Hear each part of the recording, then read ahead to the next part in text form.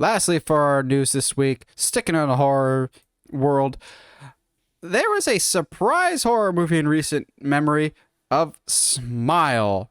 Another string of successes for Paramount in 2022, as Paramount just destroyed everything in last year, and they have decided to greenlight a sequel and make it a Smile 2. So I gotta be honest, I stayed away from Smile for a really long time because I thought all the trailers looked pretty bad. I'm not gonna lie, I just thought they looked generic and not that scary. Granted, there was that one good moment in the trailer where like the person's walking up to the car and they like flip the head upside down completely in the window. I'm going, all right, that's a good scare. But you just gave away probably your best scare in the trailer. You conjuring it, so to speak. But then I kept hearing over and over again, Smile's amazing, Smile's awesome, Smile's like one of the best horror movies of the year. So I finally sit down and watch them going, gosh dang it, I hate when people are right. I also think it was mismarketed. I still maintain that Smile had incredibly bad trailers. They were not scary. They looked like a January horror movie as opposed to what it should have been, like an August or a September, like one of the more prestigious horror movies. Because, it's terrifying and does not let up the entire time. But this is not like Insidious or The Conjuring. This is closer to a Babadook situation for Smile of, it's terrifying, but it's more of a commentary on other things and the repercussions of previous events on a human psyche, so to speak, while still having some creepy thing in the finale. So without delving too much into it, I think there's different routes that you can take because of the entity that is introduced in Smile, of like making it its own boogeyman, so to speak, of like how other people interact with it. But also Smile kind of has a Ringu type of effect of just like, it has a chain reaction to other people. So if you wanted to make connective tissue to the first movie, it wouldn't be difficult because it's like it gets spread along to other people. So I'm on board with this. Josh, I don't think you've seen Smile yet, have you? No, I have not. And that's not even like, I think lately I haven't, since Smile came out, really, I haven't really been in much of a horror mood. Part of that is because like I'm the only one in the house that kind of watches it. So like I have to find a time when I can watch it by myself. And I don't have fun with that. Which is also, like who wants to watch horror by themselves? Like that's no. And so the only other alternative is to watch it at my desk, which is like, I don't want to sit here hunched over like this, watching a movie for like an hour and a half. Like it doesn't, anyway, the situational stuff. I have not seen it yet. Heard fantastic things. While the trailers were not good, I have a vivid memory of all of the marketing, though. The rest of the marketing was great besides the trailers. Was terrifying. Like, just people doing the Smile thing, like, just in, like, at sports games and stuff like that. Like, that was awful. Was not a fan. Like, not a fan, but in, like, the right way.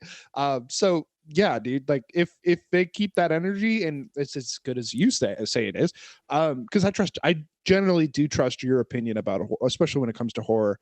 I know what horror Josh likes. Yes. That is true. What's interesting is I do think, and this is a discussion for another day, but like it's interesting to see how how far down like the B movie side of horror movie that you're willing to go, and how for me I'm like, nah, that's not really for me. But like at the same time, me? Like, but like, bring on the Slumber Party Massacre 3s. Bring on the I Know What You Did Last Summers. Bring on the campy slasher dumb horror movies. I love all horror.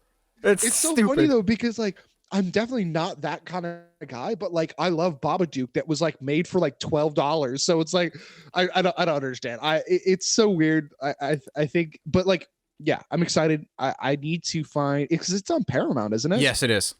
Okay, well, I just got rid of my subscription, but anyway, I'll have to, I'll watch it eventually. But yeah, if it's kind of like one of those situations that I'm glad to hear that it wasn't like Happy Death Day, in that a sequel doesn't necessarily make sense, because like you and I, when they announced a sequel for Happy Death Day, we were kind of like, well, but so it's just going to happen again? Like, that's kind of weird. Well, And also, to be fair, the sequel was okay. with Happy Death Day, both Happy Death Day and Christopher Landon's other movie, Freaky, he as a director I really like, but also he has this weird habit of stumbling upon really, really interesting and unique, clever ideas for horror movies, but not realizing he stumbled on them and not using them in movies. Yeah. Like in Happy Death Day 2, there's like other versions of them, and I'm going, oh, so they're gonna have to try and kill their other versions to close the loop. That's not where the movie goes. I'm going, dude, you had that set up perfectly.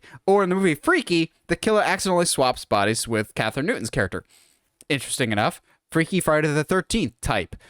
But they tease something at the beginning of the movie of like different slashers that have happened over the decades. I'm going, the Blissfield Butcher is killing people and swapping their bodies, so essentially he's living forever.